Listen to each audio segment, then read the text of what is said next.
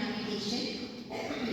As we need to make our country drug free, we all will take this pledge as set by Ministry of Social Justice. So pledge position. Dear friends,